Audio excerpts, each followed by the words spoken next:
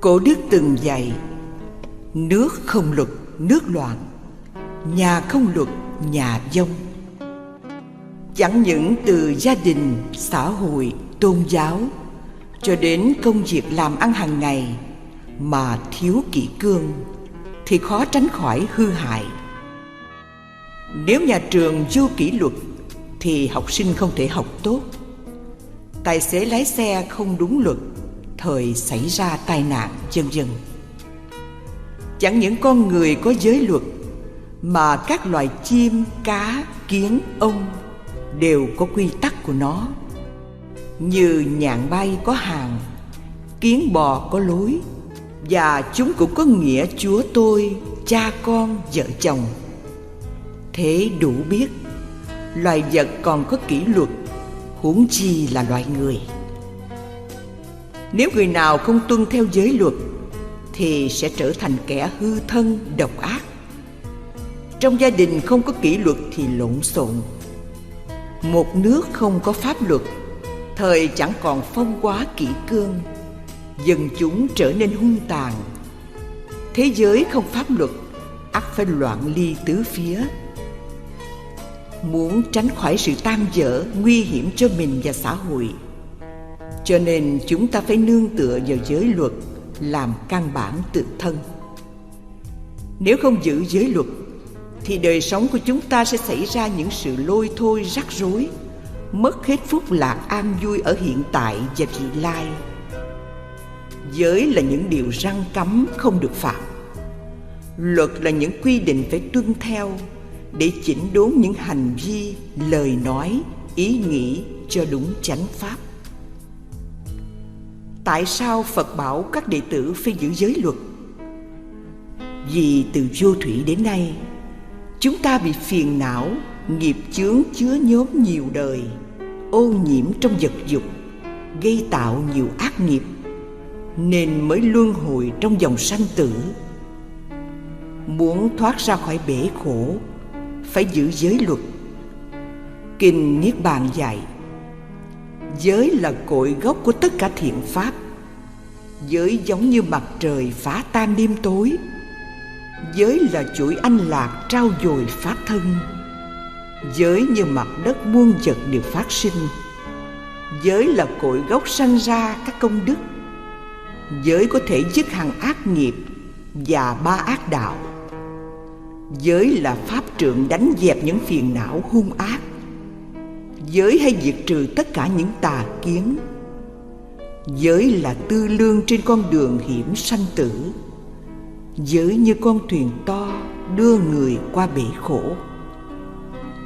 Kinh Hoa Nghiêm nói: giới là cội gốc của vô thượng Bồ Đề.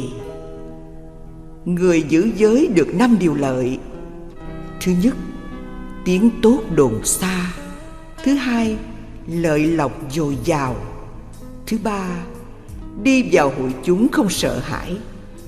Thứ tư, khi mạng chung, tâm không rối loạn. Thứ năm, đời sau sanh về cõi lành. Kinh Pháp Cú nói: hương chiên đàn già la, chưa phải là thơm phức. Hương người có giới đức, sông ngát khắp 10 phương. Khi hành giả giữ gìn giới luật được trọn vẹn, thời thân tâm an lạc, nhẹ nhàng, giống như người đau gặp thuốc hay, tiêu trừ hết bệnh phiền não, thân tâm được an ổn, vững vàng, không còn lo sợ gì nữa. Chư Phật, Bồ Tát và Thinh Văn đều nhờ giữ giới luật mà đạt đến cảnh giới phúc lạc tiêu diêu, giải thoát. Thế mà thời nay, nhiều người học đạo chỉ muốn tìm những giáo lý huyền diệu cao siêu, nghe cho bùi tai, bàn để vui miệng. Nói đến giới luật họ không ưa thích, cho đó là cũ kỹ, bó buộc, tiêu cực, biến lười, không phù hợp trào lưu tiến hóa. Ôi, khác nào kẻ đi tìm châu báu ngoài biển khơi, còn châu báu trong nhà mình thì quăng bỏ. Muốn xây dựng một tòa lâu đài nguy nga lại chê cái nền móng là vô ích. Bảo sao Phật Pháp không suy đồi, nhân loại điêu linh, chúng sinh khổ ải. Vì thế, trong Kinh Lăng Nghiêm nói, người tu thiền định hoặc bất cứ pháp môn nào mà không giữ giới luật thì rơi vào tà định của tà ma ngoại đạo. Như thế, đủ biết giữ giới luật quan trọng biết dường nào. Người giữ giới được Thiên Long ủng hộ, ngoại ma khiếp phục.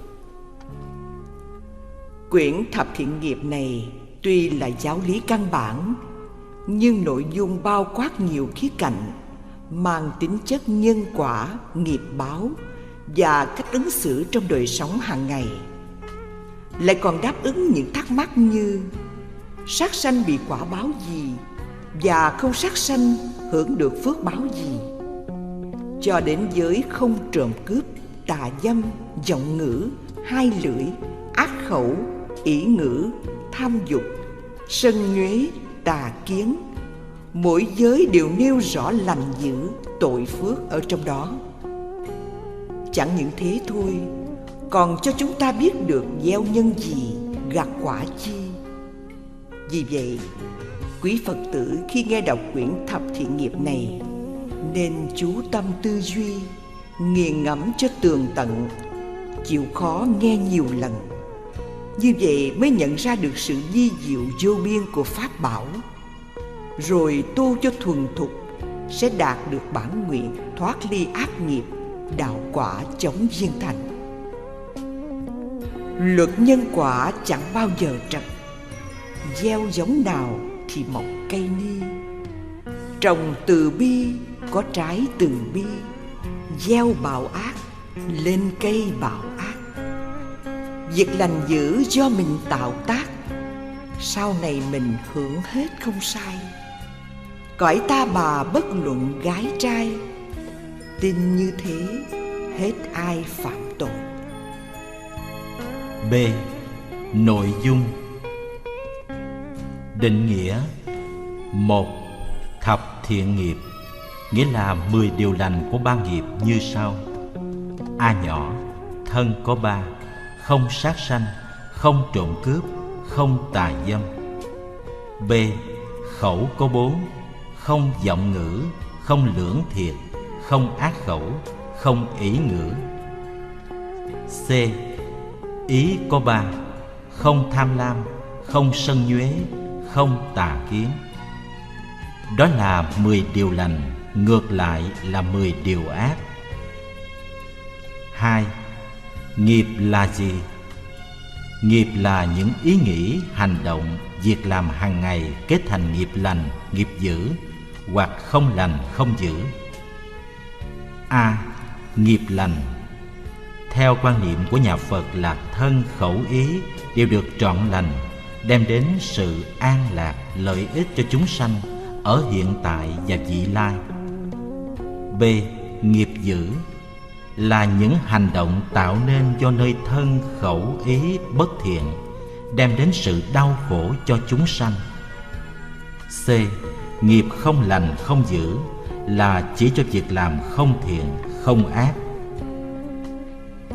Chính vì con người suy nghĩ, hành động gây nghiệp thiện ác khác nhau, cho nên nó sanh ra quả khác nhau. Nào là thọ, yểu, đẹp, xấu, giàu, nghèo, mạnh, lành, bệnh tật, trí, ngu. Chúng ta tự gieo nhân rồi thừa hưởng gặt lấy kết quả của hành động đó. Nếu ai đã tạo ra nghiệp dữ, dẫu trốn ở đâu cũng không thoát được sự báo ứng của nhân quả. Kinh Pháp Cú nói: dầu trên trời giữa biển, hay lánh vào động núi, không chỗ nào trên đời trốn được quả ác nghiệp. Trong Kinh Pháp Cú, thí dụ Phật dạy, người nào làm việc bất chánh, độc ác, thời lãnh lấy 10 quả báo sau đây. 1. Sống rất khổ sở. 2. Thân thể tật nguyền. 3. Bệnh tật triền miên. 4. Tâm trí tán loạn. 5. bị người vu bán. 6. Mắc nạn quan nha. 7. Tài sản tan nát. 8. Thân quyến chia lìa. 9. Nhà cửa tài sản bị lửa cháy tiêu tan. 10 là sau khi chết phải đọa vào địa ngục.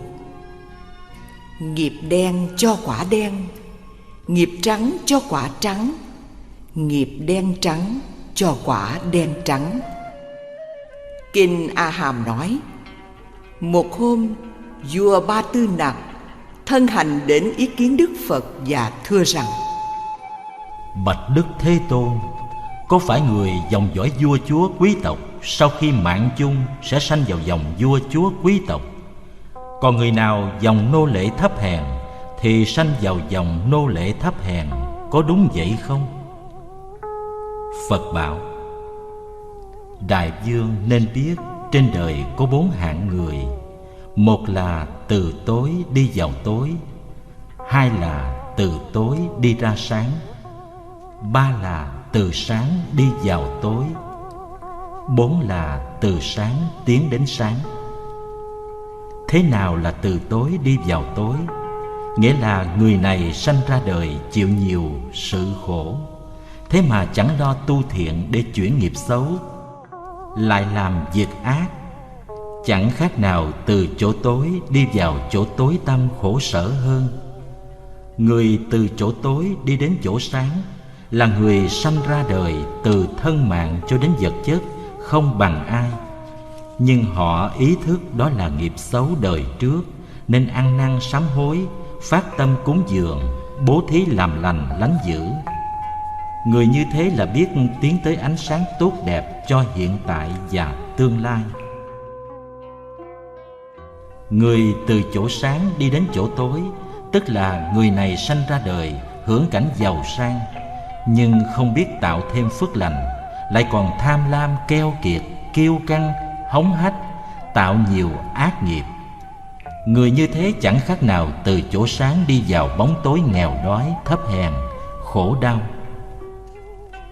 Người từ chỗ sáng đi đến chỗ sáng là người có căn lành đời trước, nên sanh vào nhà tôn quý, hưởng cảnh giàu sang, lại tiếp tục bố thí cúng dường, làm nhiều việc thiện, trên kính dưới nhường. Người như thế là từ chỗ sáng tiến đến ánh sáng tốt đẹp, thanh cao hơn. Nói tới nhân quả, nghiệp lực, Kinh Tăng Chi nói: Một thời Đức Phật an trú ở thành Xá Vệ, vườn Thắng Lâm. Một hôm, Hoàng hậu Malika đi đến Đức Thế Tôn. Sau khi đảnh lễ rồi ngồi xuống một bên bạch rằng: Bạch Đức Thế Tôn, do nhân gì, do duyên gì, có một số nữ nhân dùng sắc xấu, hình dáng hạ liệt, nghèo khổ, tài sản ít, sở hữu ít, ảnh hưởng uy tín ít. Do nhân gì, do duyên gì, có một số nữ nhân dùng sắc xấu, hình dáng hạ liệt, nhưng lại giàu sang, tài sản lớn, sở hữu lớn, uy tín ảnh hưởng lớn. Do nhân gì, do duyên gì, có một số nữ nhân dung sắc xinh đẹp, nhưng lại nghèo khổ, tài sản ít, sở hữu ít, ảnh hưởng uy tín ít. Do nhân gì, do duyên gì, có một số nữ nhân dung sắc xinh đẹp, thù thắng giàu sang, tài sản lớn, sở hữu lớn, ảnh hưởng uy tín lớn.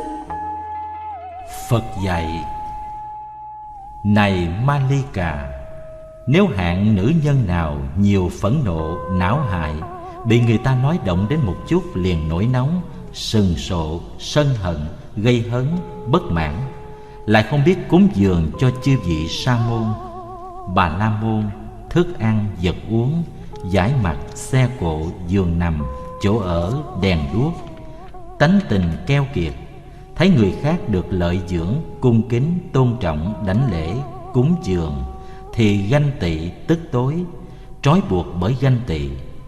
Người đó sau khi từ bỏ cõi đời này, tái sanh trở lại, do sân hận, keo kiệt, nên lãnh thọ thân thể xấu xí, hình dáng hạ liệt, nghèo khổ, tài sản ít, sở hữu ít, ảnh hưởng uy tín ít. Này Malika, nếu nữ nhân nào hay phẫn nộ, não hại, dầu bị nói ít liền nổi nóng, sừng sộ, gây hấn, biểu lộ sự bất mãn, oán hận. Nhưng người này biết cúng dường cho Sa môn, Bà La môn, món ăn, vật uống, giải mặt, xe cộ, giường nằm, chỗ ở, đèn đuốc. Tánh không keo kiệt, thấy người khác được lợi dưỡng cung kính, tôn trọng, đảnh lễ, cúng dường thì không ganh tị, tức tối. Người ấy sau khi mạng chung tái sanh trở lại do sân hận, nên bị quả báo dung sắc xấu, hình dáng hạ liệt. Nhờ biết cúng dường nên hưởng được phước báo giàu sang, tài sản lớn, uy tín ảnh hưởng lớn. Này Malika, nếu nữ nhân nào không nổi nóng, não hại, tuy bị nói nhiều, không biểu lộ phẫn nộ, sân hận, bất mãn, gây hấn, nhưng người này keo kiệt, không biết cúng dường cho Sa môn, Bà La môn, món ăn, vật uống, giải mặt, xe cộ, giường nằm, trú xứ, đèn đuốc. Tánh hay đố kỵ, nhìn thấy người khác được lợi dưỡng cung kính, tôn trọng, đảnh lễ, cúng dường thì nó ganh tị, tức tối, trói buộc bởi ganh tị. Người ấy sau khi từ bỏ cõi đời này tái sanh trở lại, nhờ không sân hận nên dung sắc xinh đẹp, thù thắng.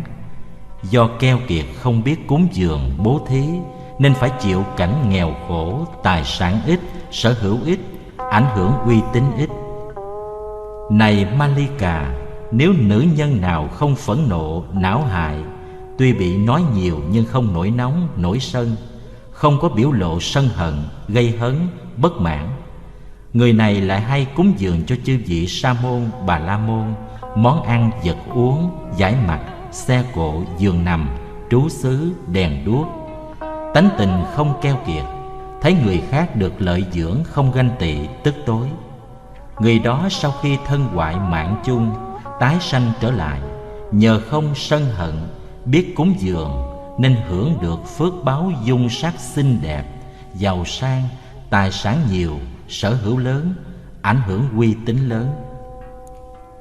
Sau khi Phật thuyết giảng xong, Hoàng hậu Malika thưa rằng: Bạch Đức Thế Tôn, bắt đầu từ nay con sẽ không phẫn nộ, não hại. Dầu bị nói nhiều con cũng không nóng giận, oán hận, gây hứng, bất mãn. Con sẽ cúng dường cho chư vị Sa môn, Bà La môn, món ăn, vật uống, giải mặt, xe cộ, giường nằm, trú xứ, đèn đuốc. Thấy người khác được lợi dưỡng, cung kính, tôn trọng, đảnh lễ, cúng dường, con sẽ không ganh tị, tức tối. Thật vi diệu thay! Bạch Thế Tôn, mong Ngài nhận con làm nữ cư sĩ từ nay cho đến ngày mạng chung. Đức Phật hứa khả truyền trao ngũ giới cho Hoàng hậu Malika, rồi lại thuyết pháp về nghĩa vô thường. Mọi người đều đắc quả tu đà hoàng. Qua bài kinh trên cho chúng ta thấy Hoàng hậu Malika có một tính đặc biệt là khi nghe pháp, bà biết rõ tai hại của sân hận, phẫn nộ, ganh tị, đố kỵ và tánh keo kiệt, bỏng xẻn.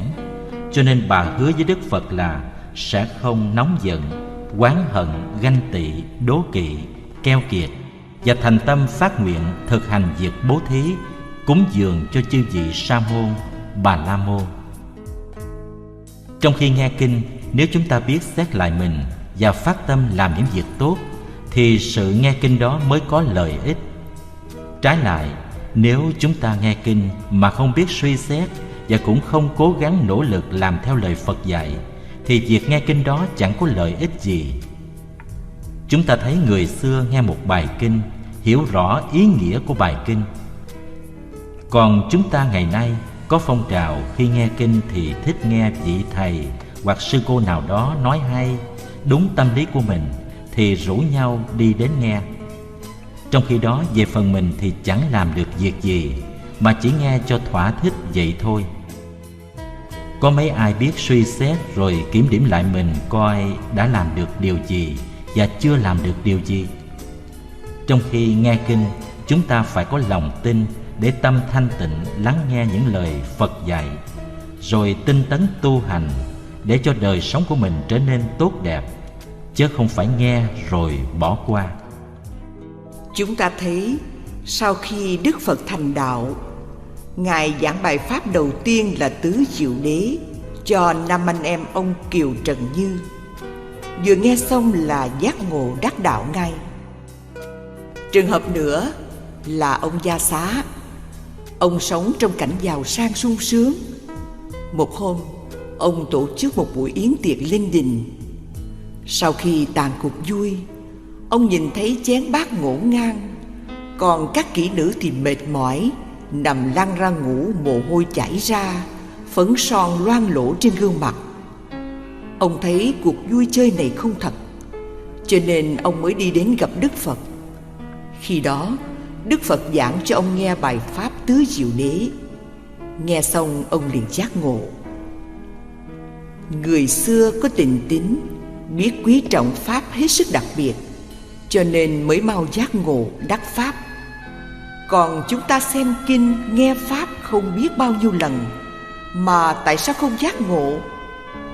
Tại vì chúng ta nghe xem là để nghe xem vậy thôi.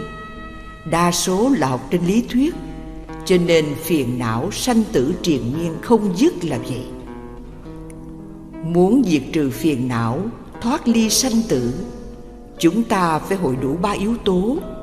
1 là văn, 2 là tư, 3 là tu. Có nghĩa là khi xem kinh, nghe pháp, phải thành kính, chú tâm tư duy những lời Phật dạy, rồi đem ra thực hành, thì chắc chắn sẽ thành tựu được đạo quả vô thượng Bồ Đề. Trong khế kinh, Phật dạy các tỳ kheo nên biết những người nghèo khó hình dung, xấu xa, bệnh tật, gặp nhiều ách nạn, không được tự do. Phải biết rằng những người ấy quyết định đời trước có phá giới, tật đố, sân hận, không lòng hổ thẹn. Còn những người thân hình lành mạnh, xinh đẹp, giàu sang, có thế lực, phải biết rằng người ấy đời trước có trì giới, bố thí, tinh tấn, không lòng tật đố, sân hận. Do đó Đức Phật thuyết kinh thập thiện nhằm để ngăn chặn những tư tưởng ác, lời nói chẳng lành, hành động bất chánh. 10 giới này y cứ trên lòng từ bi, bình đẳng để diệt trừ mọi tội lỗi, đem lại hạnh phúc an vui cho chúng sanh ở hiện tại và vị lai. Hạnh phúc thay Đức Phật giáng sinh, hạnh phúc thay giáo pháp cao minh, hạnh phúc thay tăng già hòa hợp, hạnh phúc thay tứ chúng đồng tu. Kinh Pháp Cú. Ý nghĩa và giá trị của 10 nghiệp lành. 1. La Mã, không sát sanh. Sát sanh là đoạn mạng chúng sanh, tự mình giết, xúi người giết, thấy người giết vui theo điều phạm giới sát khả. Tại sao Đức Phật đưa ra điều răn thứ nhất, cấm không cho Phật tử giết người, sát vật? Vì tất cả mọi loài đều ham sống sợ chết. Trong các tội ác, tội lớn nhất là làm thân Phật ra máu, giết A-la-hớn, tổ thầy, cha mẹ và phá hòa hợp tăng. Kẻ đó chắc chắn bị đọa vào địa ngục A Tỳ. Giết đồng loại, bị quả báo hiện tại, thân nhân người ta sẽ báo thù, nếu không cũng bị pháp luật trừng trị. Cho dù họ có khôn khéo trốn thoát luật thế gian, nhưng không qua luật nhân quả, kiếp sau bị nạn nhân giết lại. Chưa hết, giết chết một mạng người tức là làm cho ông bà, cha mẹ, vợ chồng, con cháu người ta phải chịu cảnh cốt nhục chia lìa và phá vỡ những hoài bão, công danh sự nghiệp, làm cho họ chết trong uất hận, nuối tiếc. Quả báo đến với kẻ đó, đời sau chịu cảnh người thân phân ly, sự nghiệp đổ vỡ, chết trong đau thương, hối tiếc. Giết thú bị tổn giảm tuổi thọ, luân hồi thường mạng, bệnh hoạn, chết yểu. nói đến oan trái của nghiệp sát. Thuở Phật sanh tiền, có anh chàng nọ cưới vợ nhiều năm nhưng chẳng có con, nên mới cưới thêm vợ lẽ. Không bao lâu có thai. Vợ lớn nhìn thấy chồng lúc nào cũng chăm sóc vợ lẽ hết sức chu đáo, nên lòng ganh tị ghen tuông nổi lên, sanh tâm độc ác, mua thuốc phá thai trộn vào thức ăn, làm cho cả mẹ lẫn con đều chết. Vì thai già tháng, người chồng điều tra biết được oan tình, liền đánh đập vợ lớn cho đến chết. Luân hồi nhân quả trả vai. Sau khi chết, vợ nhỏ sanh làm con chồn, vợ lớn sanh làm con gà mái. Mỗi khi gà có con, chồn ta bắt ăn thịt, và sau đó ăn luôn gà mẹ. Kiếp thứ ba, sau khi gà chết, sanh làm con beo, chồn sanh làm con nai cái. Mỗi khi nai có con, bèo đến bắt ăn thịt cả mẹ lẫn con. Kiếp thứ tư, nai sanh làm hung thần, còn beo sanh làm người con gái. Đến tuổi trưởng thành, người con gái có chồng, lúc sanh con, hung thần đến bắt ăn thịt, làm cho cô ta vô cùng đau khổ.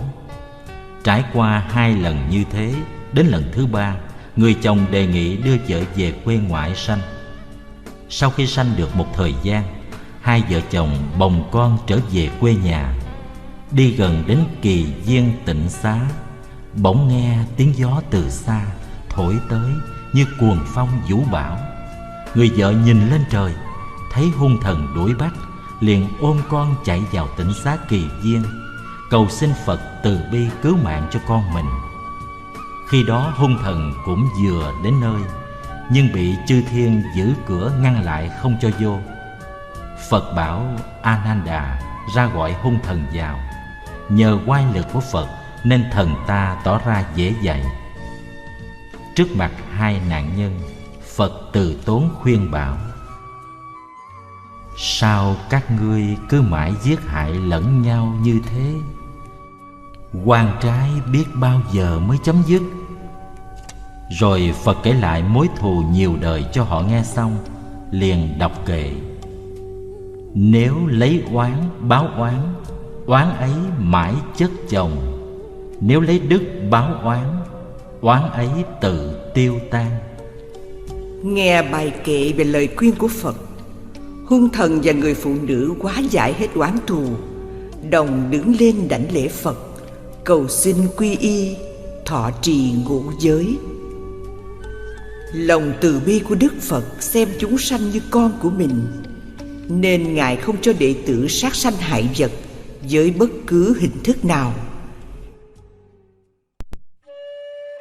Vì Ngài biết mọi loài đều sợ gươm đao giáo mát. Thật vậy, khi chúng ta nhìn thấy cóc ếch sắp bị cắt cổ, nó liền đưa chân chống đỡ.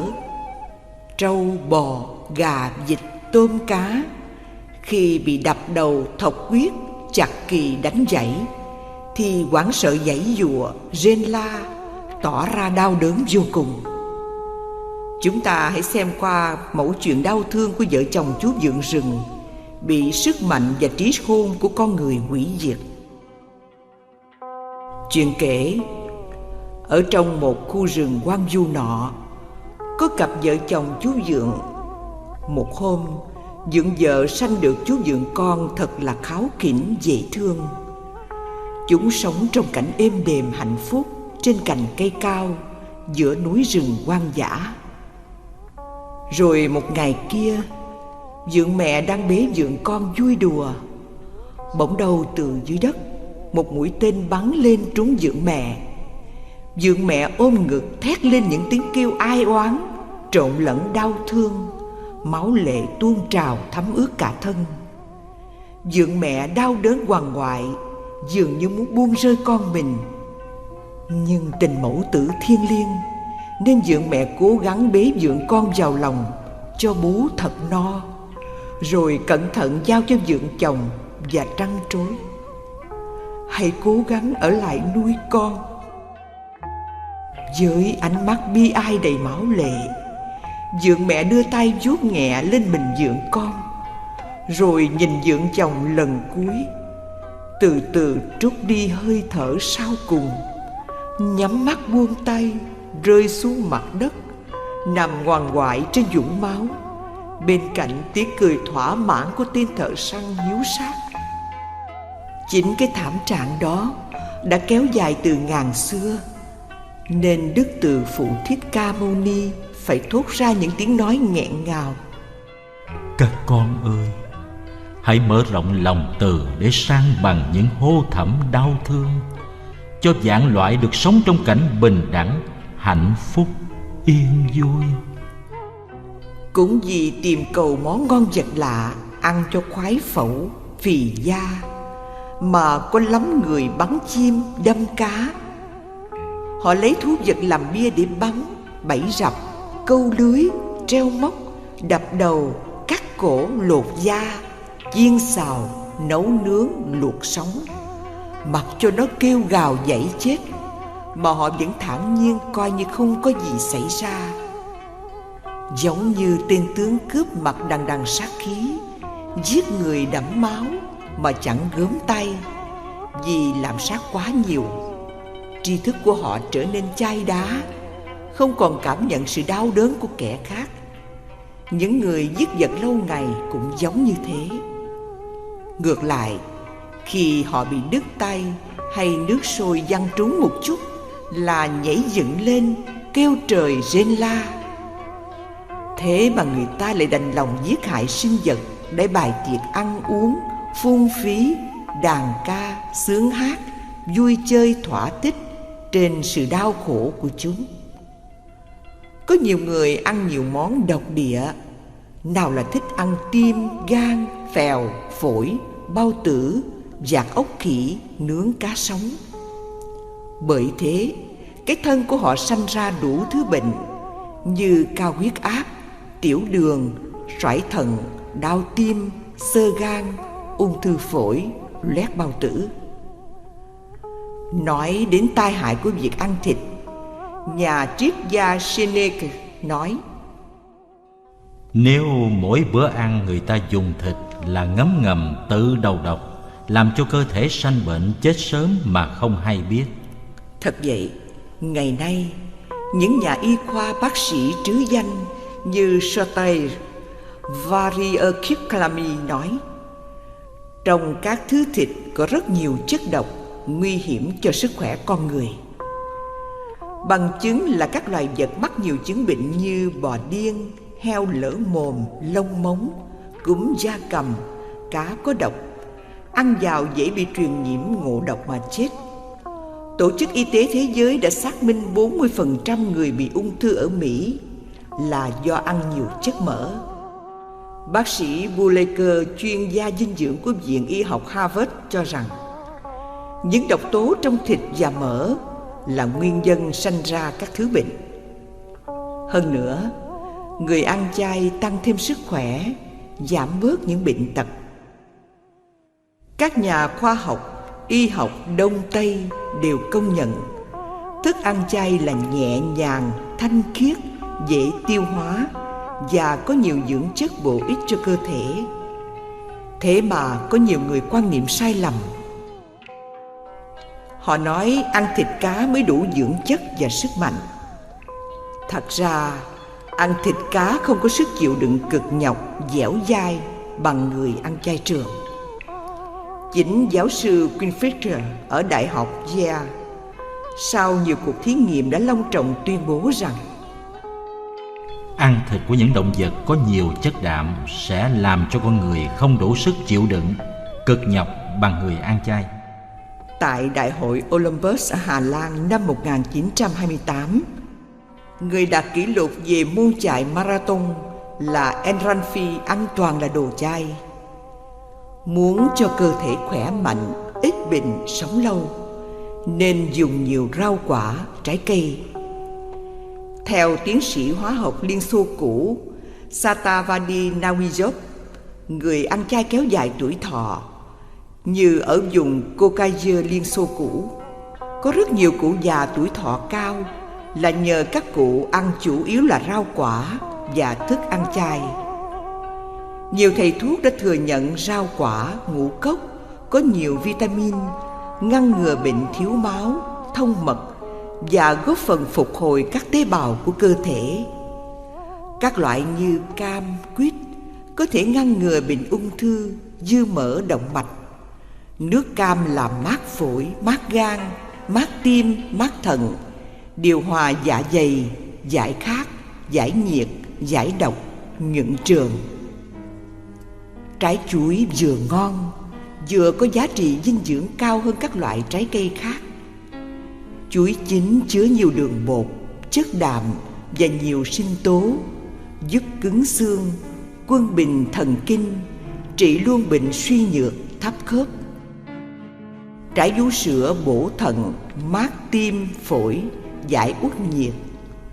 Trái lê nhuận phổi, mát tim, giáng hỏa, tiêu đờm, giải khát, giải độc, chữa phổi khô, ho khan, ho có đờm, nói không ra tiếng. Người lạnh bụng, yếu dạ dày và sản phụ không nên ăn lê. Trái bơ làm giảm mỡ độc hại trong cơ thể, trị luôn bệnh xơ gan, giúp bảo vệ các mạch máu, lại thêm chống lão hóa. Trái bưởi trị nhiều bệnh về đường ruột và mạch máu. Trái nho, dâu, cà chua chống lão hóa, giữ được tuổi trẻ lâu dài. Cà rốt làm giảm ung thư phổi, giúp tiêu hóa, bổ máu. Cà rốt có tác dụng hạ đường trong máu và các chứng tay chân, cơ thể tê cứng, da khô. Ngó sen và củ sen giải được phiền nhiệt, khí nghịch, chảy máu cam, bổ tim, tăng dịch vị, trị tiêu chảy, khí huyết lưu thông điều hòa, khiến cho thân thể, tinh thần nhẹ nhàng, khỏe mạnh, sống lâu.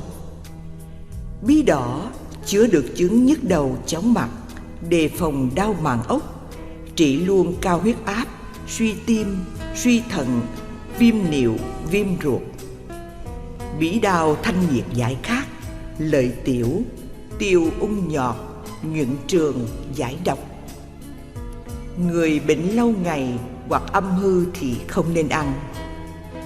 Cà chua bổ máu, bổ tim, mát gan, giúp tiêu hóa, nhiều sinh tố A và nhiều chất kháng độc, giảm chứng căng mạch máu và bớt nguy cơ nhồi máu cơ tim. Cà chua xay nát, lược bỏ hột, để đường vào uống sẽ sáng mắt, mát thận, mát gan, mát máu và mạch tim. Mỗi sáng ăn 2 trái cà chua tươi, trị tiểu đường, cao huyết áp, mất ngủ. Trong toàn bộ rau quả, không thứ nào tốt hơn cà chua, nhưng ăn nhiều quá sẽ bị phạt hỏa, sưng phù. Mồng tơi giải nhiệt, nhuận trường, giúp đại tiểu tiện dễ dàng, vừa tống khí nóng, khí độc trong ruột già ra. Cầu kỷ giải nhiệt, lọc máu, chữa chứng đau khớp, ngứa ngoài da, gan hư, mắt mờ và bệnh tiểu đường. Rau lang vừa bổ vừa ngon, giúp trẻ mau lớn, nhất là phát triển chiều cao, phòng ngừa đau mắt, phù thủng và giúp cơ thể đề kháng bệnh tật. Rau má mát gan, giải độc, chữa đau mắt, da sưng đỏ lở, nóng rát trong bụng khó chịu. Rau dền gai thông kinh mạch, giải phong nhiệt, mát gan, mát dạ dày, nhuận trường, giải nhiệt, chữa huyết trắng. Rau đắng mát tim, giáng hỏa, giải nội nhiệt, trừ ban nhiệt nhập lý mê cuồng. Chế độ ăn uống theo bác sĩ Veraeva cho biết, sự phát triển và sức khỏe của con người đòi hỏi phải có protein. Chất này có nhiều trong các thực vật như đậu Hà Lan có 23,8%, đậu nành 25%, trong khi đó thịt chỉ có 17%, cá 16,5%. Đề phòng thiếu chất sắt nên cung cấp vitamin C cho cơ thể, cần dùng thêm chanh, ngò, cam, rau xanh, bắp cải, và bổ sung cho khẩu phần ăn các thực phẩm giàu chất sắt như gạo lứt, đậu đen, đậu xanh, đậu đỏ, rau muống, rau dền đỏ, củ dền đỏ, vân vân. Vitamin B12 có rất ít trong thực vật. Người ăn chay cần uống thêm B12 nếu không ăn rau câu và rong biển. Nước ta có rất nhiều trái cây, rau cải quanh năm. Phải thay đổi rau cải trong mỗi bữa ăn để có đầy đủ vitamin. Nên dành ưu tiên thức ăn, nước uống chế biến từ đậu nành. Cần bổ sung thêm sữa, phô mai, sữa chua. Để tăng thêm hương vị và dinh dưỡng các món ăn, nên rắc lên thức ăn mè, đậu phộng. Cũng cần lưu ý là chúng ta phải ăn theo đúng quy luật âm dương. Thí dụ, bí đao là âm, lạnh, tiêu là dương, nóng. Cho nên khi nấu canh bí đao ta phải rắc tiêu vào, như thế sẽ điều hòa, dùng rất tốt. Ngược lại, nếu chỉ ăn toàn lạnh hoặc nóng thì dễ sanh bệnh, và không nên nêm bột ngọt vào thức ăn. Theo bác sĩ Nguyễn Thị Kim Hưng, nguyên giám đốc Trung tâm Dinh dưỡng thành phố Hồ Chí Minh cho biết, bột ngọt là những chất phụ gia nhằm tăng vị giác, không có giá trị dinh dưỡng. Những người có thể trạng nhạy cảm như hay bị nhức đầu, ói mửa, cao huyết áp, tim, thận, vân vân không nên dùng bột ngọt, vì nó làm giảm trí nhớ và tổn thương tim, gan, thận. Để tránh bệnh tật, nên nêm vào thức ăn bằng đường cát, đường phèn. chúng ta hãy ăn chay để giữ gìn sức khỏe, phòng ngừa bệnh tật, bảo vệ môi trường, cân bằng sinh thái và cứu lấy sự sống của các động vật. Ăn chay có lợi ích như thế, vậy mà có người không hiểu. Khi ăn chay bị bệnh chút ít, nghe người ta nói ăn chay lợt lạc làm tổn hại sức khỏe nên mới sanh bệnh như thế, liền bỏ ăn chay quay sang ăn mặn. Đó là quan niệm sai lầm đáng tiếc vô cùng. Xin lỗi mà nói, nếu không nhờ phước ăn chay, họ còn mang những căn bệnh ghê gớm hơn thế nữa. Thanh Triệu, năm đạo quan, ở tỉnh Triết Giang, huyện Gia Hưng. Quan thái thú họ Trần, sinh hoạt xa xỉ. Từ y phục, xe ngựa cho đến những vật trang trí nhà cửa, phòng ốc đều mỹ lệ. 3 bữa ăn hàng ngày, Trần Thái Thú rất thích ăn ốc vịt, chân gấu, vi cá, bề gà, khô nai. Nói chung là ông ta dùng những thực phẩm rất cầu kỳ quý giá để ăn và đãi khách, mà nhẫn tâm tàn sát vô số sinh vật vô tội. Ông thường nói với mọi người: đời người sống chẳng được bao lâu, nếu không biết tận hưởng những thức ăn cao lương mỹ vị thì thiệt là uổng. Những bậc hiền trí đều không đồng tình với quan điểm của ông. Có người nói: để rồi xem, chung cuộc một ngày nào đó chắc chắn ông ta sẽ chuốc lấy quả báo xấu. Quả nhiên, trải qua hơn 10 năm, gia cảnh lần lần suy sụp. Còn ông thì mang một chứng bệnh điên, không phân biệt đông tây, phải trái, sạch bẩn, thường bóc phân bỏ vào miệng. Gặp hòn sỏi, mảnh sắt cũng cho vào miệng nhai bừa, nuốt đại. Vì vậy mang thương tích và không tiêu hóa nổi nên phải chết. Đó là hậu quả của sự tham thực. Thương thai, trên dao dưới thớt. Trong khoảng thời gian đó, biết bao nhiêu con vật đau đớn chỉ vì miệng, bụng mà ngày ngày tàn hại không biết bao nhiêu sinh mạng, tạo nên sát nghiệp quá nặng, thì làm sao mà tránh khỏi ác báo. Xưa kia ở thành Khanh Châu, có một lão ông không con. Nghe người ta bảo rằng ăn rùa sẽ có con, ông liền đi mua thật nhiều rùa, hàng ngày nấu ăn. Trải qua hơn 1 năm, toàn thân ông sanh ra ung nhọt. Các thầy thuốc đều bó tay, vô phương cứu chữa. Ông nằm trên giường, đau đớn rên la ú ớ, chịu nhiều thống khổ đến chết. Nhà trên đàn ca múa hát, dưới bếp dao thớt nhuộm máu đỏ. Thịt béo rượu nồng, tổn giảm tuổi thọ, phước đức tiêu mòn, thiện ác phước hòa. Người có trí huệ nên cẩn thận. Mọi người đều cho rằng tội của người giết nặng, tội của người ăn nhẹ. Điều này không đúng. Luật pháp đã quy định phạm tội cũng chia làm hai loại, đó là thủ phạm và tòng phạm. Thủ phạm chính là tự tay mình làm, còn tòng phạm là những kẻ hùa theo. Vậy thì người trực tiếp giết là thủ phạm hay là người ăn thịt là thủ phạm? Điều này không nhất định. Ví như lúc đồ tể giết heo đi bán, lúc này đồ tể chính là thủ phạm, người mua thịt là tòng phạm. Nhưng thịt không đủ bán, người mua thịt nhiều quá, đồ tể bèn giết thêm. Lúc này người mua thịt trở thành thủ phạm, đồ tể là tòng phạm. Cho nên gieo nhân như thế nào thì mỗi người tự chịu quả báo như thế ấy. Người thời nay không tin sợ lý nhân quả báo ứng bằng người thời xưa. Họ rất sợ nhân quả, mà ngay kẻ đồ tể cũng sợ nhân quả báo ứng.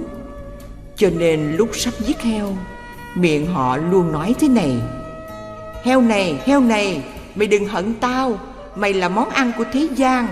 Họ không ăn, tao không giết. Mày hãy đòi nợ người ăn thịt. Bạn xem, chẳng những người ăn, cho đến kẻ giết heo cũng sợ heo đến đòi mạng. Như thế, rốt cuộc heo đòi nợ người ăn hay là đòi nợ người giết? Tục ngữ có câu nói rất hay: oan có gia, nợ có chủ. Cho nên ăn có quả báo của ăn, giết có quả báo của giết. Thuở xưa, Đức Phật trú tại thành La Duyệt Kỳ. Cách nước này 500 dặm, có một hòn núi là nơi cư trú của một gia tộc, gần 122 người. Họ sống bằng nghề săn bắn trong rừng, chẳng có ai biết làm ruộng rẫy. Tín ngưỡng của họ là thờ quỷ thần. Đức Phật thấy họ có thể độ được, nên Ngài đến đó ngồi dưới một gốc cây. Thân Phật tỏa ánh từ quang chiếu khắp đất trời, cây lá trong núi đều biến thành sắc vàng. Lớn nhỏ ai thấy cũng đều hoan hỷ cho Phật là một vị thần linh, nên kéo đến lễ bái. Đức Phật nhân đó thuyết giảng về tội báo sát sanh, phước đức từ bi cho họ nghe. Nghe xong ai nấy đều hoan hỷ nói: chúng con sát sinh ăn thịt để sống, nay muốn dâng cúng thịt thú rừng, xin Ngài hãy nhận lấy. Đức Phật bảo: trong giáo pháp của chư Phật không ăn thịt chúng sanh. Ta đã thọ trai rồi, không cần phải dọn ra nữa. Đức Phật nhân đây dạy rằng: người sống ở đời, thức ăn chay rất nhiều, sao không ăn? Lại giết hại mạng sống của chúng sanh mà ăn, để rồi sau khi chết phải bị đọa vào tam đồ ác đạo. Làm người nên ăn ngũ cốc, thương yêu mọi loài, vì tất cả chúng sanh đều ham sống sợ chết. Giết các loài vật để nuôi sống mình, tội lỗi rất nặng. Người nào có tâm từ bất sát, đời đời được an vui. Mọi người nghe Phật dạy ăn năn hối cải. Phật vì họ giảng giải về công đức của việc không sát sinh, ăn chay và tội báo của việc giết hại ăn thịt. Người đứng đầu bộ tộc tỉnh ngộ, liền quỳ xuống bạch Phật: chúng con sinh trưởng nơi núi rừng, lấy việc săn bắt làm kế sinh nhai. Tội lỗi chất chồng rất nhiều, xin Ngài dạy cho cách nào để từ bỏ nghề săn bắt này. Bấy giờ Phật nói kệ: hành từ bi bất sát, thận trọng ý và lời. Đây là chỗ bất tử, an lạc không tai họa. Đức Phật nói xong kệ, tất cả đều phát tâm ăn chay, vâng giữ 5 giới. Sau đó Đức Phật đến nói với vua Bình Sa, cấp cho họ ruộng đất và hạt giống để làm ăn sinh sống. Thấy được sự tai hại của sát sanh, ăn thịt, quý vị tập ăn chay một thời gian, bất chợt thấy người ta cắt cổ gà, đập đầu cá nó giãy chết. Mình cảm nhận nỗi đau đớn ghê gớm mà trước đây không hề hay biết. Trong kinh Niết Bàn, Phật nói: người ăn thịt dứt mất hạt giống từ bi. Người ăn chay được công đức vô lượng. Trong giới Bồ Tát, Đức Phật dạy rằng: này các Phật tử, người nào cố ý ăn thịt của các loài chúng sinh thì mắc vô lượng tội. Sát sanh cũng là nguyên nhân sanh ra chiến tranh. Con người ỷ mạnh hiếp yếu, giết hại thú vật một cách độc ác. Trước khi chết, nó ôm lòng oán hận. Đến khi trả hết nghiệp thú, sanh lên nhân gian, đó là lúc oan gia đối đầu. Nên thế giới thường xảy ra những cuộc chiến tranh thảm khốc. Họ hăng say bắn giết lẫn nhau để giải quyết món nợ truyền kiếp. Giống như truyện dòng họ Thích bị vua Tỳ Lưu Ly giết hại. Truyền kể, một hôm Đức Phật ngồi tĩnh tọa dưới gốc cây, bỗng nhiên cảm thấy nhức đầu. Trong khi đó, vua Tỳ Lưu Ly đang kéo binh đến đánh dòng họ Thích. Đức Phật liền dùng thần thông hiện ra đứng trước đoàn quân. Vua Tỳ Lưu Ly thấy thế, liền xuống ngựa đảnh lễ Phật, rồi kéo quân về. Trải qua 3 lần như vậy, đến lần thứ 4, ông ta kéo quân đi ban đêm. Đức Phật không hiện ra nữa. Trong khi đó, dòng họ Thích vì giữ giới bất sát nên đứng thản nhiên cho chúng giết. Người nam họ bắt chôn sống, ló cái đầu lên, rồi cho voi giày đạp. Còn nữ thì chặt tay chân, xẻo mũi, quăng xuống hố. Qua cuộc thảm sát, Ngài Xá Lợi Phất hỏi Phật: bạch Đức Thế Tôn, do ác nghiệp gì mà dòng họ Thích bị đoàn quân của Tỳ Lưu Ly giết hại một cách dã man thảm khốc như thế? Và do nguyên nhân chi Thế Tôn bị nhức đầu? Đức Phật nói: thuở xưa, hồi thời quá khứ, ở một thôn nọ, nhằm năm hạn hán mất mùa, nên dân chúng kéo nhau đến hồ để bắt cá ăn. Trong hồ có 2 con cá chúa là Đa Ngư và Đa Thiệt. Tập hợp đàn cá lại nói rằng: bấy lâu nay chúng ta sống trong cảnh bình an, vui vẻ. Không ngờ hôm nay loài người ỷ mạnh hiếp yếu, vô cớ đến đây giết hại chúng ta. Cái hận này quyết trả cho bằng được. Kể đến đây, Đức Phật nói: do nhân duyên ác nghiệp, nó âm thầm ráp nối. Những người dân làng thuở xưa sanh lên nhân gian làm quyến thuộc dòng họ Thích. Còn những con cá thuở đó cũng đồng thời sanh lên kết làm quan quân của Tỳ Lưu Ly. Do oan trái đời quá khứ nên dòng họ Thích mới bị đoàn quân của Tỳ Lưu Ly giết hại như thế. Còn ta bị nhức đầu là vì thuở đó là một em bé thấy người lớn bắt cá liền lên bờ, liền lấy cây gõ vô đầu nó chơi, nên bị quả báo nhức đầu. Đức Phật khuyến cáo đại chúng: sở dĩ ta hiện ra ngăn chặn đoàn quân của Tỳ Lưu Ly không phải là không biết luật nhân quả, mà để cho người đời thấy rằng chính ta có đầy đủ thần thông diệu lực.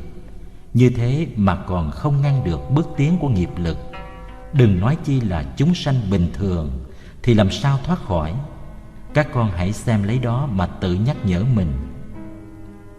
Tứ chúng nghe lời Phật dạy, tất cả đều phát nguyện trọn đời tránh xa sát sanh hại vật. Ở thế gian, người ta quan niệm vật dưỡng nhân, giết thú ăn thịt là chuyện bình thường. Nhưng khi xem kinh rồi mới thấy không đơn giản như quý vị nghĩ đâu. Vì gieo nợ máu phải trả bằng máu. Trong khế kinh, Phật nói: chúng sanh từ vô thỉ đến nay cứ mãi giết hại, ăn thịt lẫn nhau, nên bị ác báo sanh tử trả dai trong 3 cõi 6 đường. Kinh Lăng Nghiêm nói: hễ giết một mạng là đền một mạng. Tổ xưa từng dạy: thay lệnh trong canh ngọt, oán hận thấu trời xanh. Tiếng kêu trong lò thịt gây thành lửa đao binh. Ngài Tỳ Ni Đa Lưu Chi diễn tả cảnh bi đát của một con lừa bị người đồ tể đem vào lò mổ xẻ thịt. có biết khi em vào lò thịt, cả chân tay đều bị trói nằm co. Thân thể em chờ nước chín trong lò, giờ phút cuối lệ trào tuôn khóe mắt. Qua hai bài kể trên, chư tổ chỉ cho chúng ta thấy trong bát canh có rất nhiều sự đau đớn, oán hờn của con vật. Chính sự oán hờn đó nó biến thành đao binh giặc giả. Quý vị xem tivi, nghe đài, coi báo, thấy trên thế giới thường xảy ra chiến tranh, và hàng ngày có không biết bao nhiêu vụ đâm chém, thủ tiêu, âm mưu giết hại lẫn nhau, đều do nghiệp sát gây ra. Ngày nào con người còn giết hại thú vật để ăn, là ngày đó còn các bà mẹ buồn rầu gạt lệ tiễn con ra chiến trường, và những người vợ âu sầu đau khổ khóc than khi hay tin chồng tử trận, khiến con cái bơ vơ không biết cha mình là ai. Chiến tranh không bao giờ chấm dứt nếu con người còn tạo ra nghiệp sát. Trong Kinh Bồ Tát Giới, Phật nói tất cả chúng sanh đều là quyến thuộc, có đầy đủ Phật tánh như nhau, không khác. Nếu chúng ta giết chết một con vật, tức là bóp chết lòng từ của mình, giết luôn vị Phật tương lai, và giết lộn ăn lầm người thân trong quá khứ. Quý vị xem qua mẫu chuyện trong Kinh Pháp Cú thí dụ sẽ rõ. Thuở xưa, Đức Phật an trụ tại nước Xá Vệ, vì hàng trời người mà thuyết pháp. Lúc ấy trong thành có ông trưởng giả rất giàu có, nhưng tánh tình quá tham lam keo kiệt, không biết bố thí là gì. Một hôm, trưởng giả sai vợ giết một con gà béo, ướp gừng, tiêu, gia vị rồi đem quay. Các món ăn chẳng mấy chốc đã xong, rồi bưng lên cúng ông bà cha mẹ. Khi dọn xuống bàn, ông ra lệnh cho đóng cửa lại, hai vợ chồng và đứa con nhỏ ngồi ăn uống với nhau. Đức Phật biết ông trưởng giả có thể độ được, bèn hóa ra một vị sa môn ngồi trước bàn ăn của họ. Trưởng giả ngẩng đầu lên trông thấy liền mắng: Ông là tu sĩ mà không biết hổ thẹn. Nhà người ta đang ăn uống sao lại đường đột xông vào? Người mới thật ngu si, không biết hổ thẹn. Ta là khất sĩ, có gì mà hổ thẹn? Tôi và vợ con ngồi ăn uống vui vẻ với nhau, ông nói không biết hổ thẹn là sao? Này trưởng giả, con gà trên bàn là cha của ngươi đời trước, vì quá tham lam bị đọa làm gà. Đứa con của ngươi từ nhiều kiếp trước là quỷ La Sát, vì oan trái nhiều đời nên nó đến để hại. Còn vợ của ngươi ngày nay chính là mẹ ngươi đời trước, do vì quá luyến ái nên sanh trở lại làm vợ. Sáu nẻo luân hồi quanh quẩn trong đó, phàm phu khó mà biết được. Chỉ có các bậc chân nhân đắc đạo mới thấy được các việc người chết chỗ này sanh chỗ kia. Để cảnh tỉnh ông, Đức Phật liền vận dụng thần thông cho trưởng giả thấy được những việc xảy ra ở đời trước. Trưởng giả kinh sợ toát mồ hôi, liền đảnh lễ Phật, cầu xin sám hối tội lỗi, tạ ơn Đức Phật, xin thọ trì ngũ giới, nguyện trọn đời từ bỏ nghiệp sát. Bấy giờ Đức Thế Tôn nói kệ: Chúng sanh bị não hại, lão tử nghiệp trả vay. Bậc bi trí giải thoát, không giết hại chúng sanh. Người trí thấy rõ ái, ngục kiên cố khó ra, nên tránh xa các dục, dứt ái được an ổn. Trưởng giả nghe Phật thuyết xong liền chứng quả Tu Đà Hoàng. Ở thế gian có lắm nhà đến ngày đám giỗ, tuần thất thì giết mổ rất nhiều trâu, bò, heo, chó, gà, vịt, tôm cá, tổ chức yến tiệc linh đình, nấu nướng bài vẽ đủ thứ món ăn đặt lên bàn thờ, cúng vái ông bà cha mẹ, thân nhân quá giảng về ăn. Nhưng khi đem xuống, cá thịt vẫn còn nguyên, rồi cùng nhau ăn uống no say, có khi cãi vã, đánh lộn, la lối ôm sòm. Thử hỏi có ích gì cho vong linh người quá cố. Trong kinh Địa Tạng dạy, con người sau khi chết, thần hồn dơ dẫm mịt mờ, lúc nào cũng trông ngóng chờ đợi người thân tu tạo phước lành, hồi hướng cho họ được nhẹ nhàng siêu thoát. Nếu con cháu thân bằng quyến thuộc vì nghĩ tưởng đến người thân đã mất, phát tâm thiết lễ trai tăng, cúng dường tam bảo, bố thí phóng sanh, thì 7 phần công đức người mất hưởng được 1 phần, 6 phần còn lại người đứng ra làm được hưởng. Trái lại, nếu giết hại sinh vật để cúng tế thì chẳng có ích lợi gì, chỉ kết thêm nghiệp tội cho người mất càng thêm sâu nặng. Giống như kẻ lữ hành chất đầy gánh nặng trên vai, lại có người gửi thêm ít đồ vật nữa, càng làm cho họ khốn đốn khổ sở thêm lên.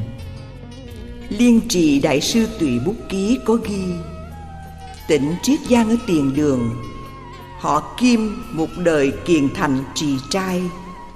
Sau khi từ trần, thần thức báo mộng cho một người trong nhà: Ta tuy chưa được giảng sanh tịnh độ, nhưng hiện tại rất an vui. Ngày hôm sau, thần thức lại báo mộng: Ta nay không được tự do như trước nữa, vì các ngươi đã giết gà tế mộ nên ta bị liên lụy.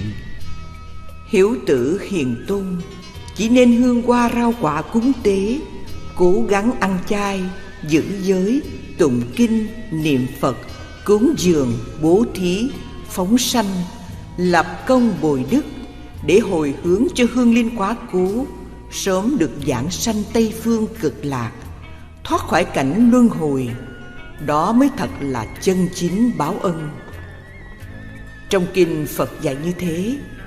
Vậy mà có nhiều người nói rằng: lúc sanh tiền ông bà cha mẹ tôi ăn thịt uống rượu, bây giờ đã quá giảng, tôi phải dâng cúng rượu thịt để tỏ lòng tri ân đấng sinh thành. Nên họ thẳng tay sát sinh hại vật cúng tế linh đình. Thật là trái lời Phật dạy, tội báo khó lường. Chúng ta là đệ tử của Phật, phải biết dâng lời Phật dạy, học hạnh từ bi của Ngài. Bất cứ đám tiệc gì chớ có sát sanh hại vật. Sau đây là mẫu chuyện đáng để cho chúng ta noi theo. Vào thời nhà Minh, tại Côn Sơn có Hứa Thái phu nhân là thân mẫu của quan Hàn Lâm từ Tích Dư. Cả đời bà chuyên ăn chay, ưa phóng sanh, thích làm việc thiện, giúp đỡ người nghèo khốn không biết mỏi mệt. Mỗi ngày bà đều có 2 thời công phu sớm chiều, chưa hề gián đoạn. Những ngày tuần thất, giỗ quải ông bà và đám cưới cho con cháu, bà đều tổ chức cúng kiến, đãi khách toàn là những thức ăn chay lạc.